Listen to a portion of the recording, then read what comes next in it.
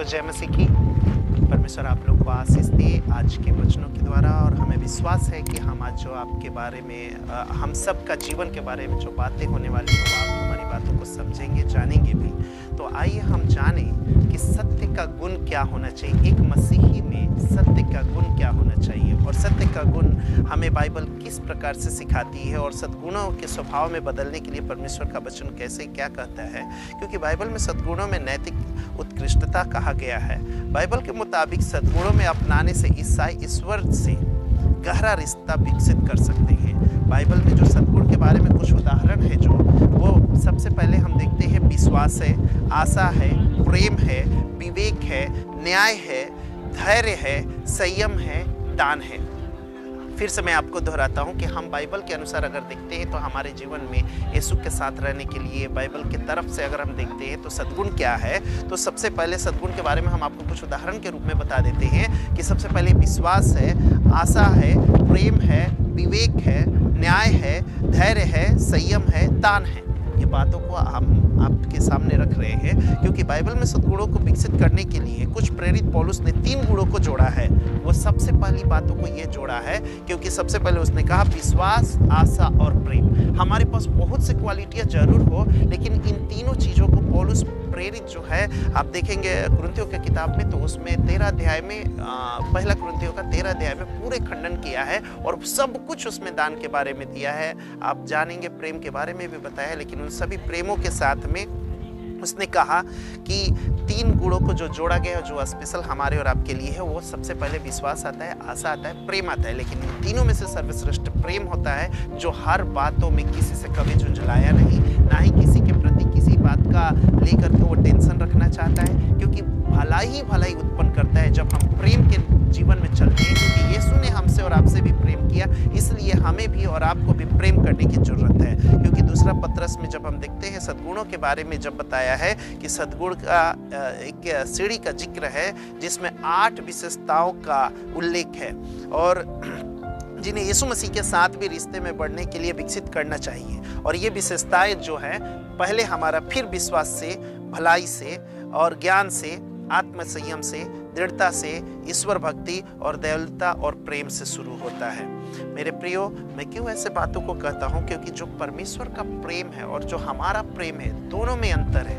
हम अपने स्वभाव के अनुसार प्रेम करते हैं, लेकिन हमारा जो परमेश्वर जो प्रेम करता है वो स्वभाव से नहीं, निस्वार्थ हमें और आपसे प्रेम करता है। क्योंकि परमेश्वर का जो नैतिक गुण है वो क्या है? परमेश्वर पवित्र है और हम पवित्र नहीं है। परमेश्वर का जो गुण है वो धर्मी है, हम सब धर्मी के लिए यीशु ने हमें धर्मी बनाया, क्योंकि उसके अनुग्रह से हम धर्मी हुए। तो इसलिए हम पहले परमेश्वर के गुणों को बता देना चाहते हैं कि परमेश्वर पवित्र है, परमेश्वर धर्मी है, परमेश्वर दयालु है, परमेश्वर प्रेम है, परमेश्वर विश्वास योग्य परमेश्वर है, और परमेश्वर धीरजवंत है, परमेश्वर करुणामयी परमेश्वर है, परमेश्वर अनुग्रहकारी परमेश्वर है, परमेश्वर भला परमेश्वर है, और परमेश्वर सच्चा परमेश्वर है। इन सभी चीज़ों को जब हम अपने आप को उसमें से आकलन करते हैं कि मैं कौन हूँ, तो पता चलता है कि मैं उससे योग्य नहीं हूँ, क्योंकि उसने हमसे और आपसे बेपनाह प्यार किया, और स्वर्गीय पिता ने हमारे और आपके बीच का प्रेम का संदर्भ को जो छूट गया था, उस प्रेम को नजदीक लाने के लिए उसने तो आदम को बनाया, लेकिन आदम के द्वारा उस तरीके का प्रेम स्थापित नहीं कर पाया, क्योंकि आदम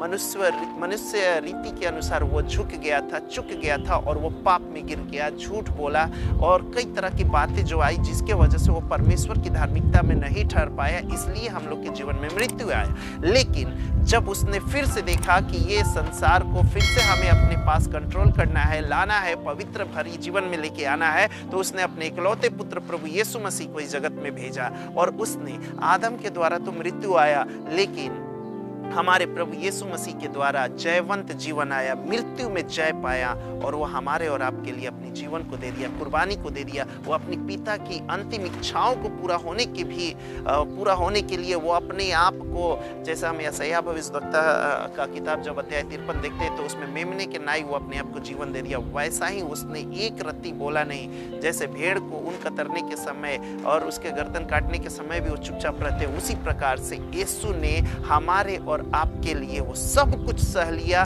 जिसके सहने से आज हम और आपका जीवन जो है उद्धार में बदल गया है। जो कोई यीशु पे विश्वास करता है उसी को उद्धार है, और ये शब्द सिर्फ यीशु ने करके दिखाया। लेकिन जब हम ये बातों को आकलन अपने जीवन से करते हैं तो हम उसमें पीछे हैं। इसलिए मेरे प्रियो, हम अपना दिमाग की, अपनी ज्ञानेंद्रियों के बारे में ना सोचें, क्योंकि मेरी ज्ञानेंद्रिया जो है वो हमेशा गलत स्वभाव को लेकर प्रकट करती है। हमारी जो सोच है वो सिर्फ अपनी स्वार्थ के लिए बढ़ाती है। लेकिन जब यीशु का सोच हमारे अंदर आता है तो हम सबकी भलाई के लिए सोचते हैं, क्योंकि यीशु ने करके दिखाया। इसलिए मेरे प्रियो, आप सिर्फ बाइबल के वचनों के पीछे चले, किसी मनुष्यों के पीछे नहीं, लेकिन परमेश्वर के वचन ही आपका जीवन का उद्धार दे सकता है। उसने कहा कि मैं तुझे अनाथ नहीं छोड़ूंगा, तुझे अकेला नहीं छोड़ूंगा, तुम्हारे साथ मैं एक सहायक भेजूंगा, अर्थात वो पवित्र आत्मा। और परमेश्वर ने उसे दिया, और आज हम उसकी अनुभूति करते हैं। जब हम बाइबल के वचन पढ़ते हैं तो परमेश्वर उस पवित्र आत्मा के द्वारा हमें और आपसे बात करता है, और हम उस समय अपनी गलतियों को याद करते हैं, क्योंकि पवित्र आत्मा हमें रिवील्ड कराता है, बताता है कि तुमने क्या क्या गलती किया। और हम लोग उठने टिकते हैं, रोते हैं, और बहुत ही अपने आप को फील करते हैं, गिल्टी फील करते हैं कि सच में मैंने गलत किया। तब समझ लीजिए कि आपके साथ जो परमेश्वर ने वायदा किया था, जब वो 40 दिन हम मृत्यु के बाद जीवंत पाया, पुनरुत्थान हुआ, उसके बाद 40 दिन जब हमारे साथ रहा और जाने के समय कह के गया कि मैं तुझे अकेला नहीं छोड़ूंगा, अनाथ नहीं छोड़ूंगा, जब तुम्हारे लिए पवित्र आत्मा भेजूंगा जो तुम्हारा सहायक के रूप में होगा। और परमेश्वर ने दिया है, तो याद कीजिए कि हाँ, जब आप बाइबल पढ़ते हैं और जब आपका रिवीलिंग हो रही है, आप रोने लगते हैं, आप अपनी बुराइयों को याद अपने आप होता है, तो वो आप नहीं, परमेश्वर ने जो सहायक भेजा है वो आपसे बात करता है। इसलिए मेरे प्रियो, बाइबल का वचन पढ़े, प्रार्थना में लौलीन रहे, और परमेश्वर से आप अपने और अपने घराने के लिए विनती करते रहें कि शैतान की कोई शक्ति आपको छूने न पाए। बस मैं इतना ही कह के मैं परमेश्वर के इन सारे सद्गुणों की भावों को मैं आपके बीच में बताना चाहता हूँ कि हम सब प्रभु के सद्गुण में हो जाएं। परमेश्वर ने जो हमें सत्य का गुण दिया, उस स्वभाव को पहन के हम चले, कि परमेश्वर का राज्य हम लोग के बीच में, मनुष्यों के बीच में वो डेरा दिखने पाए। सबको जय मसीह।